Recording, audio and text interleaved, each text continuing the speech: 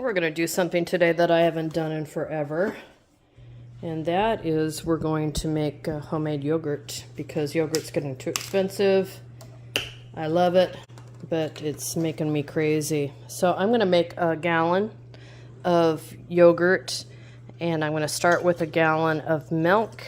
I would prefer to use raw milk or low pasteurized milk, not ultra high pasteurized, just pasteurized will work too, and that's what this is.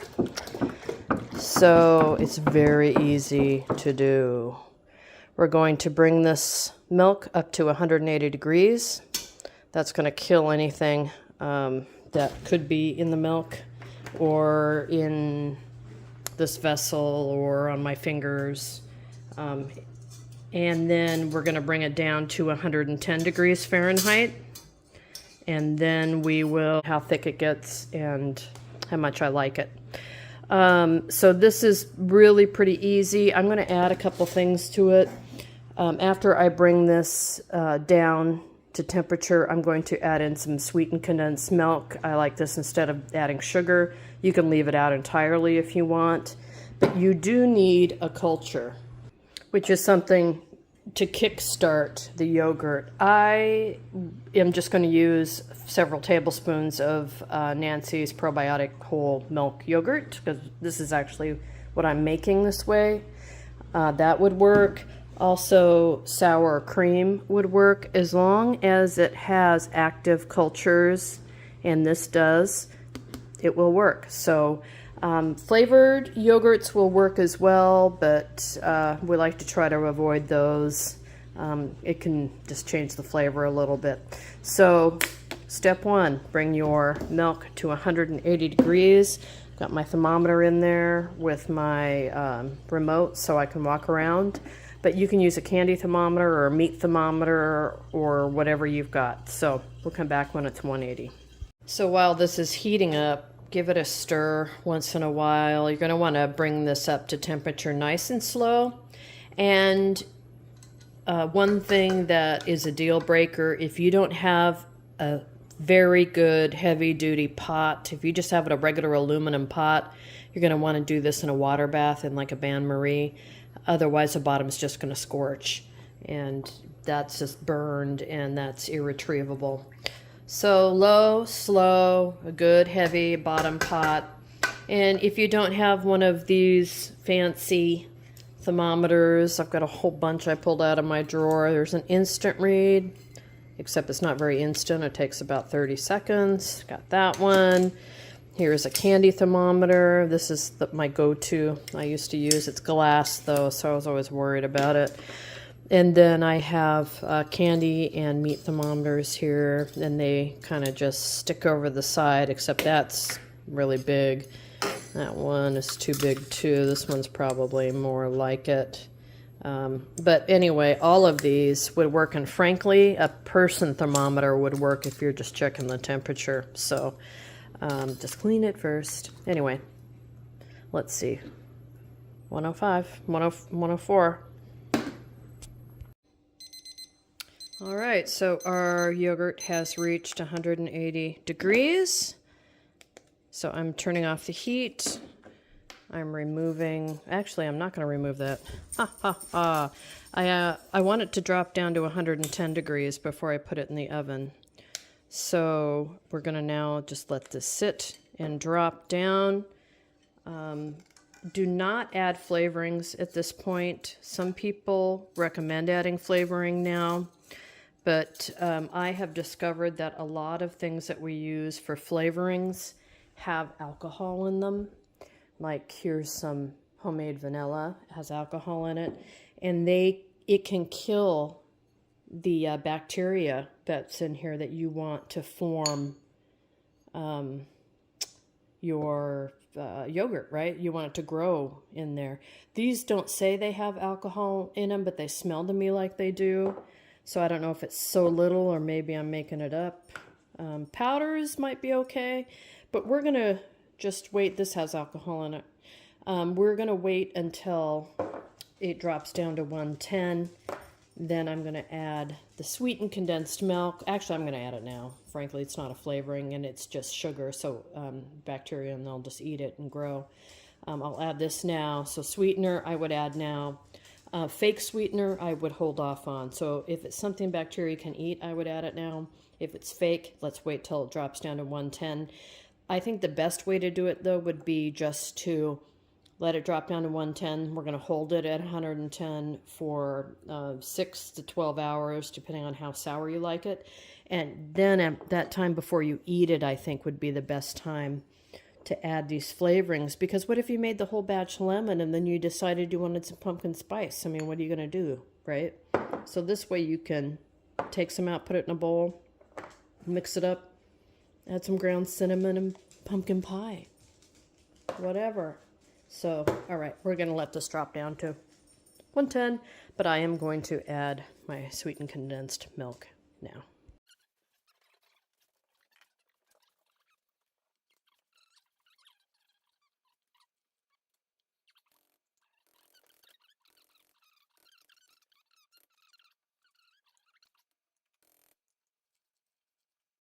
All right, you guys, so we're down to about 119. We want to get to 110 well, actually I could add the culture now, but I wanted to let you know, and I'm going to add the culture while we're talking. I looked up more about why people suggest taking the milk up to 180 degrees and holding it there, and apparently I thought it was just for pasteurization. This is a half a cup of probiotic yogurt or live culture yogurt. Apparently it goes through a process called denaturing, and if you take the milk and you bring it up to 180, not only will it pasteurize, but it goes through this process called denaturing. From what I can find, there's a lot of different opinions on how hot the milk needs to be in order to do this. But they all suggest that you bring it up to a high temperature, and let's just say 180 Fahrenheit. And you should hold it there between 20 and 30 minutes. And apparently what that does is it denatures the proteins in the milk. It causes them somehow to unwind from each other. And the result of that is a thicker yogurt, a thicker and sweeter yogurt, apparently. If you just take it up to 180 like I did, I only had it there for about 5 minutes and it dropped on its own down. Apparently my yogurt may be thinner and more tart. Also, it may have a significant amount of whey that breaks away from the protein and sits on top of the yogurt. Let me show you what that looks like. So in my original yogurt here, can you kind of see that water right there? Remember little Miss Muffet sat on her tuffet eating curds and whey? So apparently the whey will stay more inside the yogurt if it is denatured. I've had success making yogurt this way for a long time, but the next time I make it, I am going to take it up to 180 and keep it there for a significant amount of time, 20, 30 minutes, and then bring it down to 110. And you can do that by putting this pot in an ice bath or something similar. Leaving it out is what I do, and I stir it. But it's taken a good hour for it to come from 180 down to, now it's at 115. So I'm going to go ahead and start filling my jars over here and then pop it into the oven, which I'm going to use one of my, actually I'm going to use my drying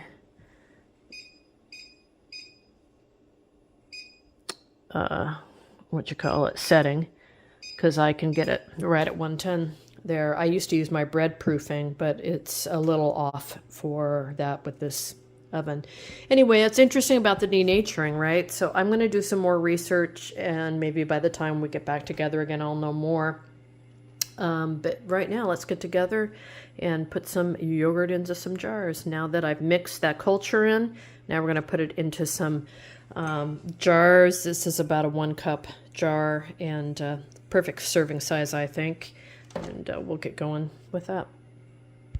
So what I'm going to do is go ahead and down in the description box below, I'll add some information about denaturing so you can read up on it. Oop, that was not mixed in.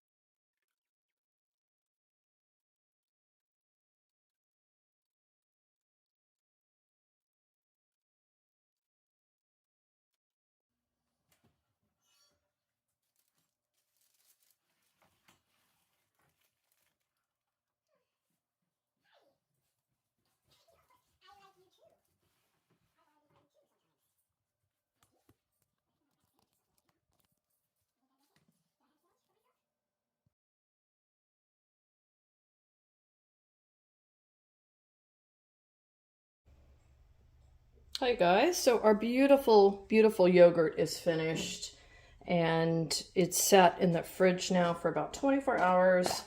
So I wanted to show you what that's like, and I also did ran some numbers, and I wanted to show you what the prices came out to be. So beautiful, nice thick yogurt. It's a plain, slightly sweetened yogurt because we had added the sweetened whole condensed milk. Some things one could do if you wanted to: put the milk into, or the yogurt into a bowl or directly into the jar. Some things that I like to do. This is just a syrup that I made, just berries and a little bit of sugar. You could use stevia or monk fruit or whatever, and this is just a sweetener, non-sugar. Well, it's a stevia, so I guess it's a plant sugar. Maple flavoring, lemon flavoring, ground cinnamon, pumpkin spice. Oh, I also have